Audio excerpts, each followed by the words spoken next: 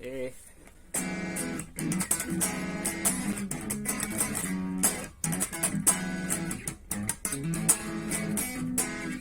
So my favorite chords. I don't know. I like the basic math rock standard, like the.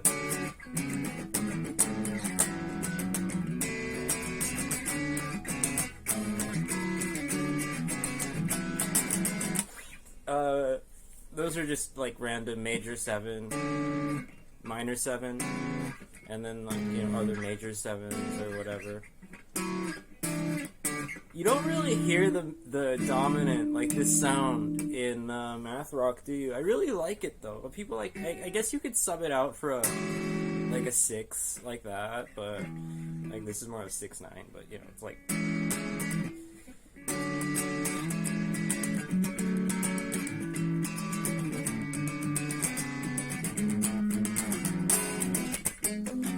But yeah, like that kind of thing, right? You just use the major 6, not the major 6, the 6, instead of doing the dominant.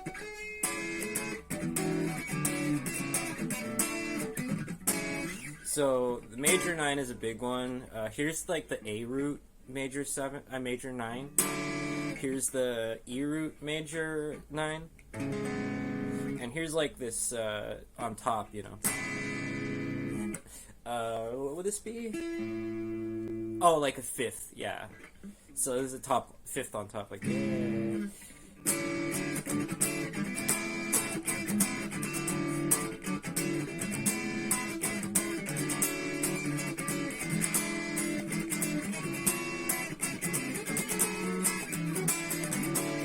Anyway, so another one is the sort of major 9, F sharp major, minor 9, F sharp minor 9.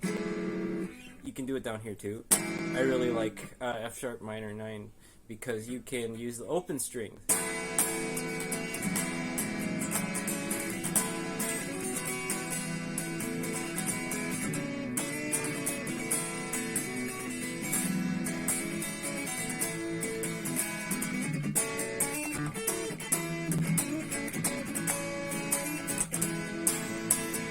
So it has like a really pretty, this is the A root, B minor 9. You can add this or like the make it into a minor 7. Oh, yeah. And then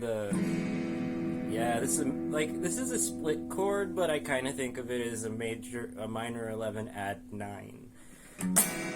A minor 11 would be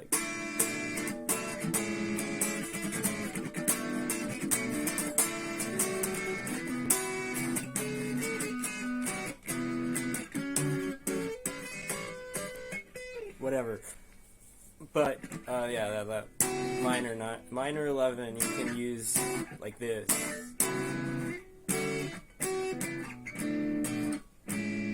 So it's a good alternative to like a minor 7 where it would be, I don't know, something like.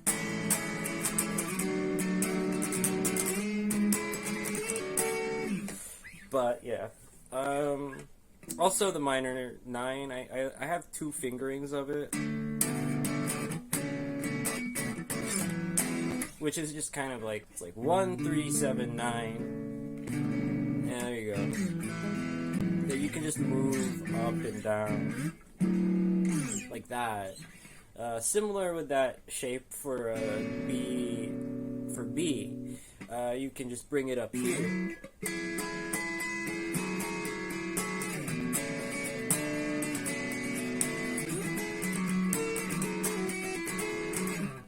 So it's that like 70s chord, right? Like it's for funk, like.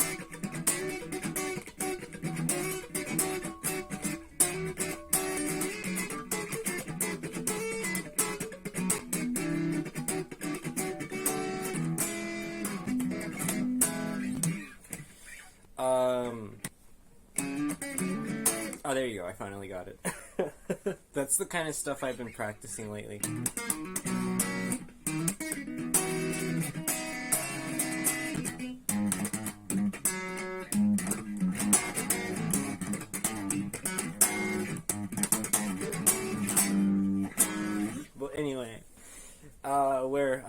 turn the A string into the fifth, right, and do a major 7 like this.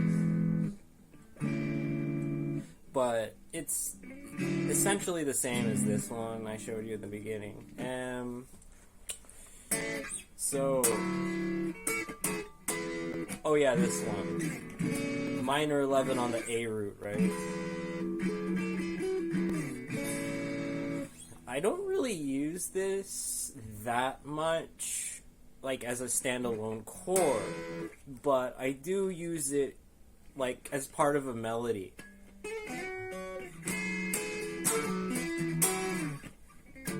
That kind of stuff. It's there as a connection to other chords, or as kind of like a part of a phrase.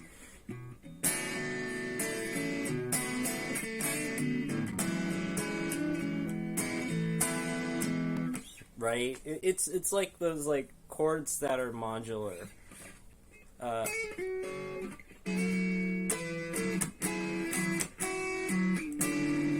That kind of thing, where you're doing stuff up here with your pinky and whatever, and then you kind of oh, I got a notification.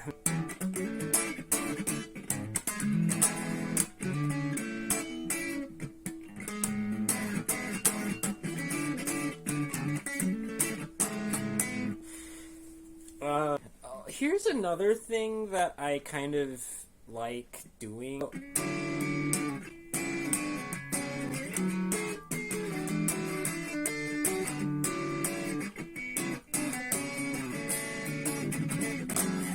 So in the harmonic minor scale, I think this is a 4 chord, so the 3 chord would be a dominant like this. And then there's the sort of 2 chord, the 2 minor, like this. So it's a 2 minor and the 6, I guess, since it's 1, 7, 6, yeah. So the 6 of the major key, or the 1 of the minor key, is like, you can use a add 9s sort of as a substitution for it, but if you use a 9 as opposed to like a flat or a sharp 9 on the 3 chord, it's gonna sound really weird, like, versus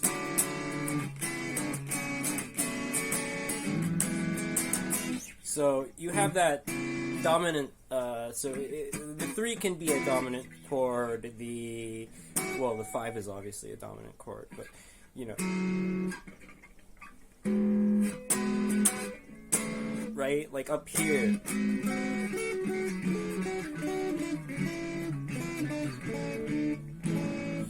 you know, there are 2 kinds of minor 7 chords. One that can be turned into a 9, and one that can't, where you would prefer to have the dominant 7 like this. Oh, this is also a voicing I use pretty common. It's like a barred minor 7, kind of, but instead of the 5 on the D string, you have a 3rd, and then you have your pinky holding this the E. So you can do this.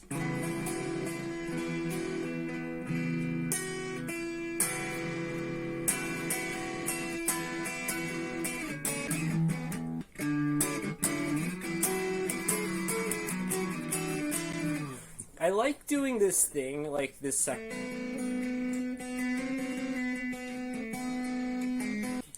making open strings sound like it's not an open string, but making it sound like an open string using that second, or like this one.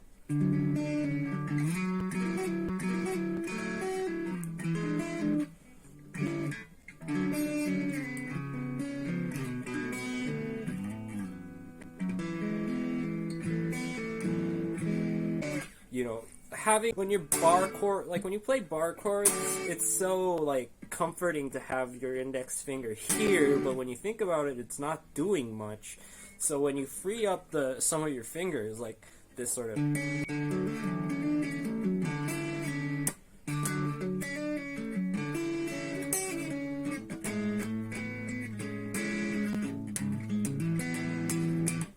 See, you can like do so much more if your index finger or one of your fingers is free, right? And it's so much more useful.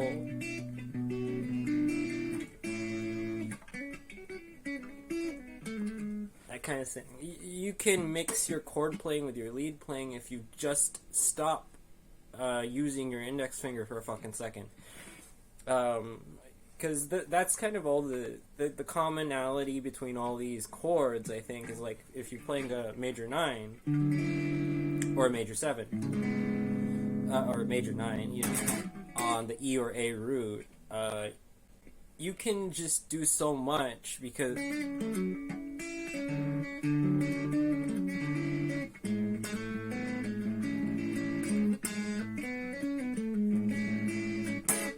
right? You can do stuff like that. Oh, also another quick one, the major 13 or 6/9, I guess.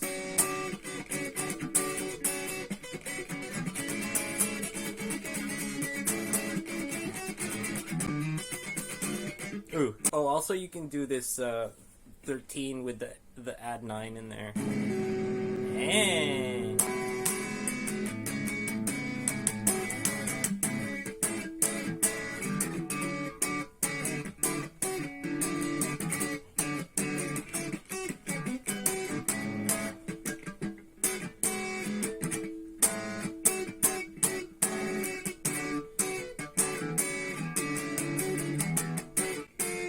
oh.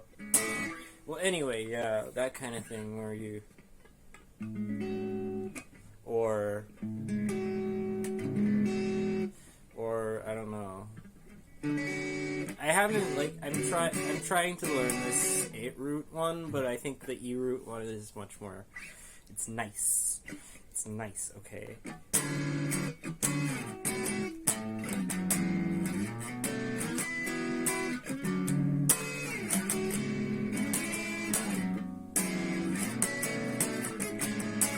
That kind of thing.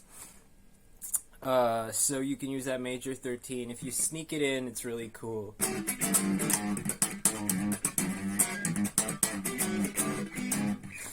I really personally like doing this flat second substitution. So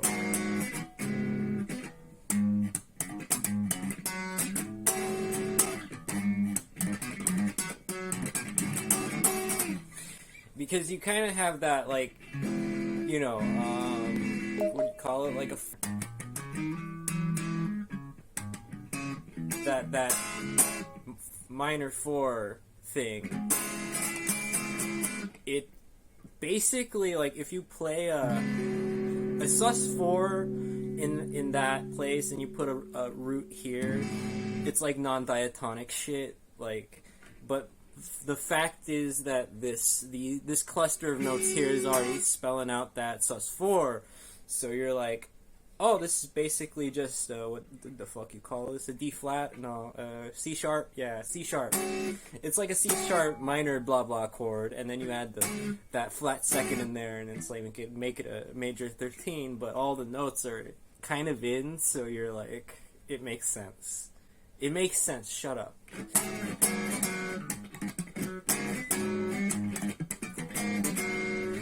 And then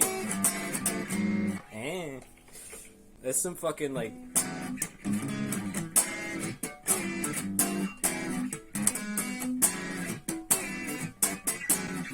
you know, it's like, I like putting, like, non-diatonic, like, stabs in there sometimes.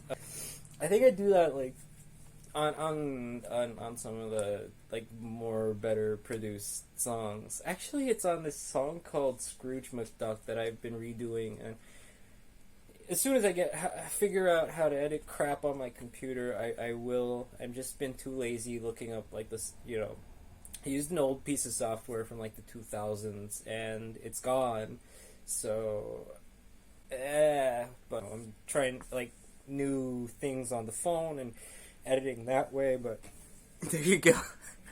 I have to edit this down. This is terrible.